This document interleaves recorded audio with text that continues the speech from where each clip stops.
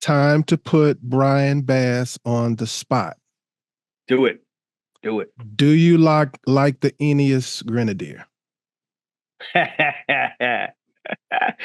So yeah, I'll qualify that first. I own two Toyotas, and I'm a Land Cruiser guy. That's what I tell everybody. I feel like even I haven't owned even though I have a Tacoma, but I've driven a lot of stuff out there. Nissan Patrols, Pathfinders, Suzuki Jimneys, Suzuki Samurais that used to find around. I mean, you name it. 110 Land Rovers, 90s Defender 90s, G wagons, and kind of everything in between.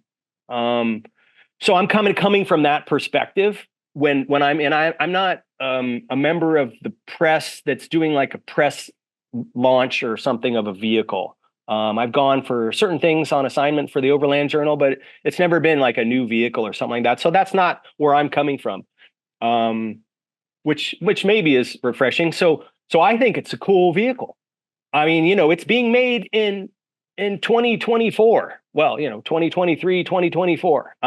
You have to follow, depending on your market, and I think this is kind of overlooked in a lot of the chatter that's out there. But if you're going to make a new vehicle and you want to have marketplace, have it appear in the marketplace, you're going to have things like ABS. You're going to have things like airbags. You're going to have certain features that are just required. Not because people demand it. It's like regulations. If you want to sell the same vehicle, like in Europe, and sell that same vehicle with only a few tweaks in North America, sell that same vehicle in certain parts of Africa, you're going to have places in the Middle East. You're going to have certain standards that are met for modern standards. Now, Toyota, because they have their foot in their feet, I should say, in diverse marketplaces, they can have like some 70 series that's only intended for the African market, where the diesel engine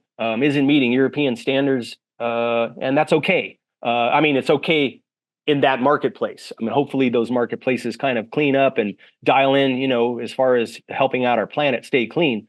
But so Ineos obviously had to take all of that into consideration when they came out with this solid front axle vehicle. The first thing that I think that comes to mind is the comfort of it.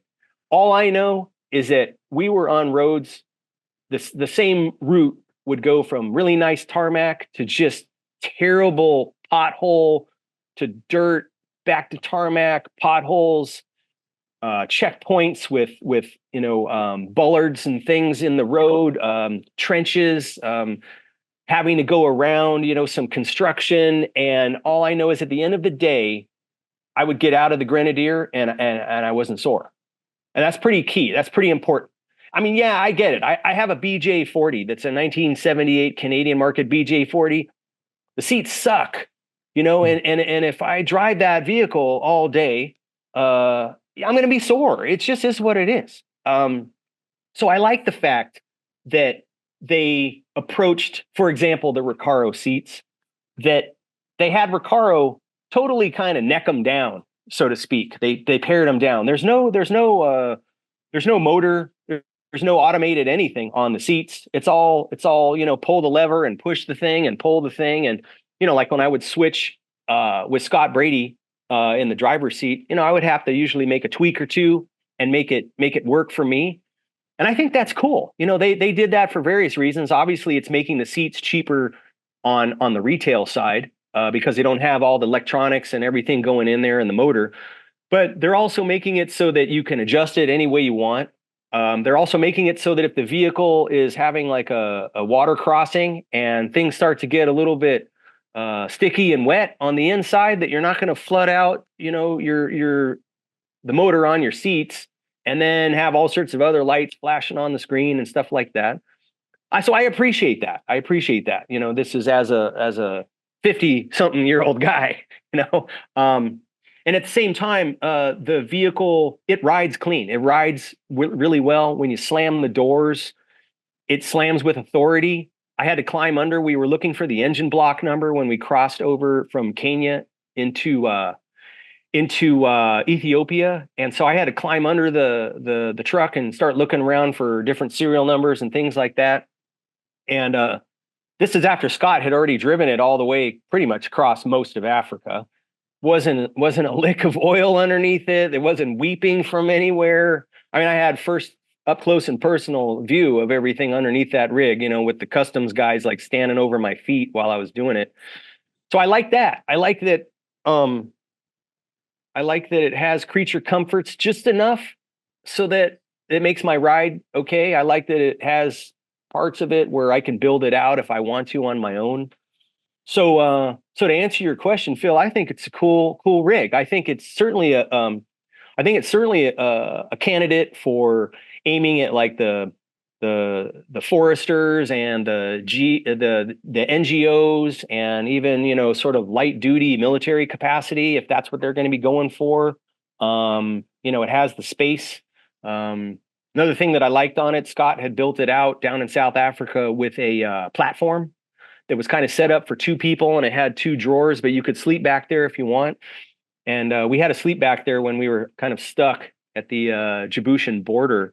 And all I know is I could sit up in the vehicle, read or check my phone or do whatever, and I was sitting up in it. Like I wasn't my head wasn't bumped, you know, into the ceiling or anything like that. And we had ours set up. Scott set it up. We had 40 liters of fuel in 2 NATO cans on the roof.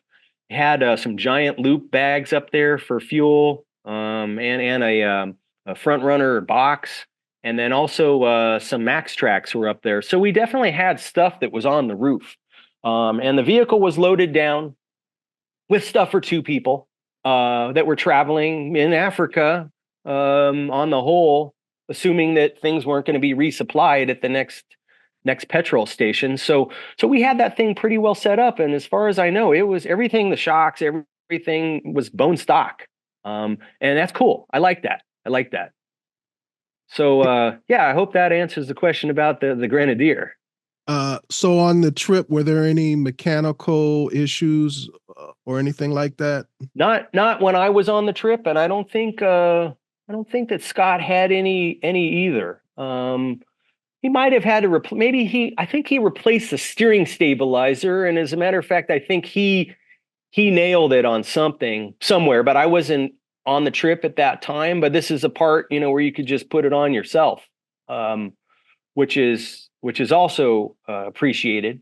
But we had no warning lights at the end of the trip. We had no warning lights. Everything was fine.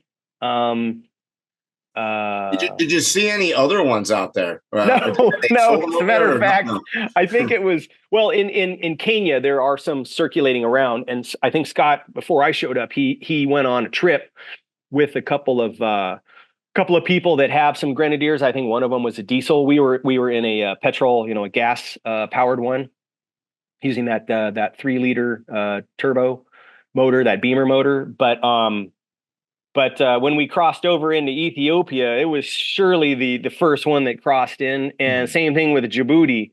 We even had, you know, like customs people like, wow, that's cool. We weren't sure if we should say, well, they're going to be coming down the pike. I'm sure you're going to see plenty soon enough. But when we were in Djibouti, we coincidentally had to do kind of like a medical run of this former French Foreign Legionnaire who had kind of helped us out, brought us some food when we were stuck at the border. And when we finally got to his little encampment, he's got like an Overlander encampment. He jumped off the front bumper of the Grenadier and broke his arm. And so we took him to a French Army hospital over in Djibouti City. And when we pulled up, it was just a coincidence, but a fellow from the company that is going to be representing the Grenadier when it comes up for sale in Djibouti was there. And he said, whoa, this is cool. I haven't actually seen one in person. So it's definitely a new vehicle, but I could see it slotting into certain marketplace pretty easily, especially in places like that, but also in places in North America too. You know, I could see that. It's a cool rig for sure.